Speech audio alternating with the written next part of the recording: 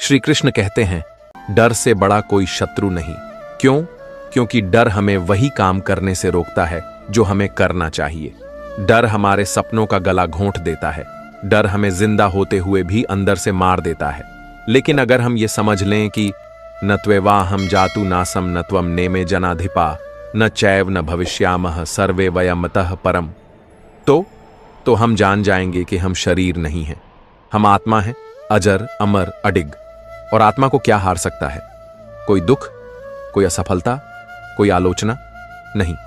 जब आत्मा अजर है, जब वो कभी मिटती नहीं, तो फिर डर किस बात का? तो जो कांप रहा है, जो हार मान रहा है, वो कौन है? वो तो हमारा मोह है, भ्रम है, ये शरीर का अभिमान है। सच्चा मैं तो वो है जो हर बार गिर कर उठता है, जो हर असफलता में भी कुछ सीखता है, जो हर चुनौती को कृष्ण की परीक्षा मानकर पार करता है। क्योंकि सफलता सिर्फ कुछ हासिल करने का नाम नहीं है। सफलता का असली अर्थ है अपने स्वधर्म को पहचानना और पूरी निष्ठा से बिना फल की चिंता किए उसे निभाते जाना। बस यही गीता सिखाती है और यही जीवन का सार है। समाप्त नहीं, शुरुआत है यह। क्योंकि गीता का हर शब्द, हर पल हमारे भीतर के अर्जुन को जगाने के लिए कहा गया है। अगर इसने आपको छू लिया हो तो अब सिर्फ सुनना नहीं, जीना शुरू करो। कृष्ण कहते हैं, स्वधर्मे निधनम श्रेयः परधर्मो भयावह। अपना धर्म निभाते हुए मृत्यु भी आ जाए तो श्रेष्ठ है, दूसरे के धर्म का पालन भयावह है। हम अक्सर दूसरों से तुलना करने लगते हैं। उसका बिजनेस चल रहा है, मेरी नौकरी अटक रही है, उसने इतना कुछ पा लिया, मैं अभी वहीं हूं। लेकिन क्या आपने कभी खुद से पूछा, मैं अपने धर्म पर हूं या परधर्म पर? आपका स्वधर्म क्या है? किसी के लिए वह पढ़ाना हो सकता है, किसी के लिए ईमानदारी से व्यापार करना और किसी के लिए दूसरों की सेवा। भगवद गीता हमें यही सिखाती है, कर्म करते चलो, फल की चिंता मत करो। योगस्थ कुरु कर्माणि संगम त्यक्त्वा धनंजय सिद्ध्य सिद्ध्यो समो भूत्वा समत्वम योग उच्यते। सफलता और असफलता दोनों में समान रहो, यही सच्चा योग है। आज की युवा पीढ़ी सबसे ज्यादा रिजल्ट ओरिएंटेड हो गई है। हर कोई पूछता है, मुझे क्या मिलेगा? लेकिन श्री कृष्ण कहते हैं, तू कर, मैं देख लूंगा तुझे क्या देना है। श्री कृष्ण का उपदेश केवल युद्ध के लिए नहीं था, बल्कि हर दिन के संघर्षों में खड़े रहने के लिए था। जब कोई अपना धोखा दे दे, जब रास्ता थकाने लगे, जब कोई सहारा न हो, तब गीता कहती है, तू अकेला नहीं है, मैं हूं तेरे साथ। सर्वधर्मान परित्यज्य मामेकम शरणम व्रज अहम त्वां सर्व पापेभ्यो मोक्षयिष्यामि मा शुचः। सभी धर्मों को त्याग कर मेरी शरण में आ जा, मैं तुझे सारे पापों से मुक्त कर दूंगा। चिंता मत कर। क्या आपने कभी सोचा है, जब हम पूरी श्रद्धा से श्री कृष्ण की शरण में जाते हैं, तब हमारे जीवन के सारे विषाद, सारे अवसाद, सारे द्वंद्व मिट जाते हैं। गीता कहती है, मनुष्य खुद ही अपने मित्र है और खुद ही शत्रु। उद्धरेदात्मनात्मानं नात्मानं वसादयेत आत्मैव ह्यात्मनो बंधुरात्मैव रिपुरात्मनः। अपने मन को ऊपर उठाओ, नीचे मत गिराओ। मन को साध लिया तो सब कुछ पा लिया। इसलिए श्री कृष्ण बार बार कहते हैं, ध्यान में बैठो, आत्मा को जानो, कर्म करो लेकिन आसक्ति के बिना। जब आप निष्काम भाव से कुछ करते हैं, आपका कर्म पूजा बन जाता है, और जब कर्म पूजा बन जाए तो जीवन सफल हो जाता है। प्रिय श्रोताओं, श्रीमद् भगवद गीता कोई पुरानी किताब नहीं, ये हर उस व्यक्ति के लिए है जो कुछ बनना चाहता है, कुछ पाना चाहता है, खुद को पहचानना चाहता है। अगर आप असफल हो गए हैं, अगर आप थक चुके हैं, अगर आपको जीवन में अंधेरा ही अंधेरा लग रहा है, तो एक बार श्री कृष्ण की गीता उठाओ और पढ़ो। आपको रास्ता मिलेगा, आपको ऊर्जा मिलेगी, और सबसे बड़ी बात, आपको खुद से प्यार हो जाएगा। क्योंकि श्री कृष्ण यही कहते हैं, जब तू खुद को जान लेगा तभी तू मुझे जान पाएगा। तो आओ श्री कृष्ण के इन दिव्य वचनों को अपने जीवन में उतारें, सच्चे कर्मयोगी बने, अपने जीवन को सफलता की ओर ले जाएं और एक सुंदर शांतिपूर्ण संसार की ओर बढ़ें। जब अर्जुन ने श्री कृष्ण से कहा, हे केशव, मेरा मन विचलित है, मैं भ्रमित हो गया हूं, मुझे समझ नहीं आ रहा कि क्या सही है क्या गलत, तो श्री कृष्ण ने मुस्कुराते हुए कहा, अशोच्यानन्व शोचस्त्वं प्रज्ञावादांश्च भाष्य गतासु न गतासूंश्च नानुशोचन्ति पंडिताः। तू जिनके लिए शोक कर रहा है वे तो न कभी जन्मे थे न कभी मरेंगे। जो बुद्धिमान होता है वह न मृतकों के लिए शोक करता है न जीवितों के लिए। यहां श्री कृष्ण हमें मोह के बंधन से मुक्त करते हैं। जीवन में सबसे बड़ी बाधा क्या है? मोह, लगाव, अपनों से जुड़ी अपेक्षाएं, और जब वे अपेक्षाएं टूटती हैं तो होता है दर्द, शोक और अवसाद। श्री कृष्ण कहते हैं, मोह में मत फंसो, प्रेम करो लेकिन बिना बंधन के। यह सर्वत्रानभिस्नेहस्तत्तत् प्राप्य शुभाशुभम नाभिनंदति न द्वेष्टि तस्य प्रज्ञा प्रतिष्ठिता। जो शुभ अशुभ को संभाव से देखता है वो ही सच्चा ज्ञानी है। आज हम जीवन की छोटी छोटी बातों में उलझ जाते हैं। कोई कुछ कह दे तो हम दुखी हो जाते हैं, कोई धोखा दे दे तो टूट जाते हैं, कोई साथ छोड़ दे तो आत्मविश्वास खो बैठते हैं। पर श्री कृष्ण कहते हैं, जो चला गया वह तेरा था ही नहीं, और जो तेरे साथ है उसे बांधने की जरूरत नहीं है, क्योंकि सच्चे रिश्ते बंधन नहीं मांगते, समर्पण मांगते हैं। अब बात करते हैं चिंता की। आज का मनुष्य सबसे ज्यादा परेशान है तो भविष्य की चिंता से। कल क्या होगा? अगर ये काम ना हुआ तो, अगर मैं असफल हो गया तो, अगर वो मुझे छोड़ गया तो। श्री कृष्ण ने यही तो कहा, योगः कर्म सुकौशलम। जो काम तुम अभी कर रहे हो उसे पूरी लगन से, निष्ठा से करो, यही योग है। जब तुम वर्तमान में जियोगे तो भविष्य स्वयं संवर जाएगा। और यदि चिंता फिर भी सताए तो श्री कृष्ण का यह वचन याद रखना, अनन्याश्चिन्तयन्तो मां ये जनाः पर्युपासते तेषां नित्याभियुक्ताना योगक्षेमम वहाम्यहम्। जो सच्चे मन से मेरा ध्यान करते हैं उनके लिए मैं स्वयं उनकी जरूरतें पूरी करता हूं। सोचिए, क्या आपने कभी श्री कृष्ण पर खुद को छोड़ा है? क्या आपने कभी बिना शर्त, बिना शंका के कहा है, हे माधव, अब सब तेरा है? जिस दिन आप ऐसा कह देंगे उसी दिन आप चिंता से मुक्त हो जाएंगे। अब बात करते हैं अहंकार की, जो हमारी आत्मा और भगवान के बीच सबसे बड़ी दीवार बन जाता है। श्री कृष्ण कहते हैं, अहंकारम बलम दर्पम कामम क्रोधम परिग्रहम विमुच्य निर्ममः शांतो ब्रह्म भूयाय कल्पते। जो अहंकार, दर्प और क्रोध को छोड़ देता है वो परम शांति को प्राप्त करता है। जब हम कहते हैं मैंने ये किया, मेरे कारण ये संभव हुआ, मुझसे अच्छा कोई नहीं, तो हम श्री कृष्ण से दूर जा रहे होते हैं। वास्तविक बल, वास्तविक सफलता तब आती है जब हम विनम्र होते हैं। जो व्यक्ति कहता है, हे प्रभु, मैं कुछ भी नहीं हूं, सब कुछ तू ही है, उसी को श्री कृष्ण अपनाते हैं। और अंत में श्री कृष्ण का सबसे पवित्र वचन, जो समर्पण की पराकाष्ठा है, मां मनः स्मर युध्य च मय्येव मन आधत्स्व मयि बुद्धिम निवेशय। मुझे याद करो, युद्ध करो, मन मुझ में लगाओ, बुद्धि मुझ में समर्पित करो। प्रिय श्रोताओं, श्री कृष्ण हमसे युद्ध की बात नहीं कर रहे, वे हमसे जीवन के संघर्षों में डटकर खड़े रहने को कह रहे हैं। हर सुबह एक नया रण है, हर दिन एक नया महाभारत है, जहां एक ओर मोह, चिंता, अहंकार, क्रोध खड़े हैं और दूसरी ओर श्रद्धा, कर्म, प्रेम और समर्पण। आपको तय करना है, आप अर्जुन की तरह भ्रम में रहना चाहते हैं या कृष्ण की तरह समाधान बनना चाहते हैं। क्या आपने कभी खुद से पूछा है, मैं कौन हूं, क्यों जन्म लिया है मैंने? क्या सिर्फ पैसे कमाना, मकान बनाना और परिवार पालना ही मेरा उद्देश्य है? हम सब रोज भागते हैं, सुबह उठते हैं, काम पर जाते हैं, कमाते हैं, चिंता करते हैं और थक कर फिर सो जाते हैं। लेकिन क्या आपने कभी एक पल के लिए रुककर यह सोचा है, इस सब का अंत क्या है? एक दिन सब कुछ छूट जाएगा, मकान, धन, रिश्ते, नाम, पहचान, और तब बचा क्या रहेगा? सिर्फ आपकी आत्मा। श्री कृष्ण कहते हैं, तू शरीर नहीं है, तू आत्मा है। और जब तक ये समझ नहीं आती, हम दुनिया की भाग दौड़ में खोए रहते हैं और जीवन का असली उद्देश्य भुला देते हैं। इस संसार में हर कोई बाहर की चीजों में सुख ढूंढता है, कोई रिश्तों में, कोई पैसों में, कोई सफलता में, लेकिन वो सुख बहुत छोटा होता है, अस्थाई होता है। आज मिला, कल चला गया। लेकिन जब इंसान अपने अंदर झांकता है, जब वो खुद को जानने की कोशिश करता है, तो उसे समझ आता है, सच्चा सुख बाहर नहीं, अंदर है। और यही है आत्मा का मार्ग, जहां हम खुद को, अपने अस्तित्व को पहचानते हैं। अब सवाल उठता है, इस आत्मा की मंजिल क्या है?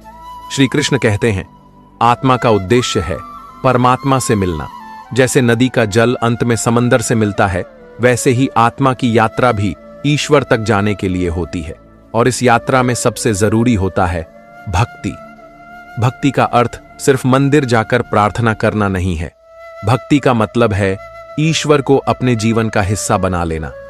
जब आप खाना खाएं और मन में कहें, हे कृष्ण, तेरे दिए हुए अन्न से पेट भर रहा हूं, यह भक्ति है। जब आप दुख में कहें, हे कृष्ण, मैं टूटा हूं लेकिन तुझसे जुड़ा हूं, यह भक्ति है। जब आप सफलता पाएं और कहें, ये मेरी नहीं तेरी कृपा है, यह भक्ति है। भक्ति तब होती है जब हम हर हाल में, चाहे अच्छा हो या बुरा, श्री कृष्ण को न भूलें, क्योंकि ईश्वर से जुड़ाव कोई रस्म नहीं है, ये एक रिश्ता है, एक ऐसा रिश्ता जो कभी नहीं टूटता। श्री कृष्ण सिर्फ एक देवता नहीं, वो एक मित्र हैं, एक मार्गदर्शक हैं, एक साथी हैं। वो तभी करीब आते हैं जब हम उन्हें दिल से पुकारते हैं। अब आइए बात करें मोक्ष की। बहुत लोग मोक्ष शब्द सुनकर डर जाते हैं। लगता है कि मोक्ष मतलब मौत से जुड़ा कोई विषय है, लेकिन सच ये है, मोक्ष का अर्थ है बंधनों से मुक्ति। आज हम मोह, क्रोध, लालच, ईर्ष्या, चिंता, अहंकार के बंधनों में बंधे हुए हैं। मोक्ष का मतलब है इन सब बंधनों से आजाद होना। जीते जी भी मोक्ष मिल सकता है जब आपका मन शांत हो जाए, जब आपको किसी से शिकायत न रहे, जब आप हर परिस्थिति में स्थिर रहें, तो समझिए आपने मोक्ष पा लिया। और इस मोक्ष की यात्रा शुरू होती है श्री कृष्ण को अपना बना लेने से। जब आप हर सुबह आंख खोलें और सबसे पहले श्री कृष्ण को याद करें, जब आप हर रात आंख बंद करने से पहले धन्यवाद करें, हे कृष्ण, आज तूने जो भी दिया उसके लिए आभार, तो आप धीरे धीरे उस मार्ग पर चलने लगते हैं जहां आत्मा शांत हो जाती है, जीवन में स्पष्टता आ जाती है, आपका डर कम हो जाता है, आपका अहंकार गलने लगता है और आप जानने लगते हैं, मैं कुछ नहीं हूं, लेकिन जब कृष्ण मेरे साथ है तो मुझे किसी चीज की कमी नहीं है। और अंत में यही समझ जीवन को अर्थपूर्ण बनाती है। आज का इंसान पहले से कहीं ज्यादा उलझा हुआ है। वो हर तरफ से घिरा हुआ महसूस करता है, जिम्मेदारियों से, अपेक्षाओं से, प्रतियोगिता से, असुरक्षा से। सुबह आंख खुलते ही मोबाइल की नोटिफिकेशन से मन व्याकुल हो जाता है। ऑफिस जाते जाते सोचते हैं, क्या मैं अपने लक्ष्य से पीछे हूं? क्या मैं वाकई कुछ कर पाऊंगा? क्या लोग मुझे पसंद करते हैं या जज कर रहे हैं? ये जो भाग दौड़ है, ये हमें बाहर से थका रही है और अंदर से खोखला कर रही है। लोग पैसे कमा रहे हैं लेकिन शांति खो रहे हैं, रिश्ते बना रहे हैं लेकिन भरोसा नहीं बचा, खुश दिख रहे हैं लेकिन अंदर खालीपन महसूस कर रहे हैं। और यहीं पर आता है भगवद गीता का अमूल्य ज्ञान।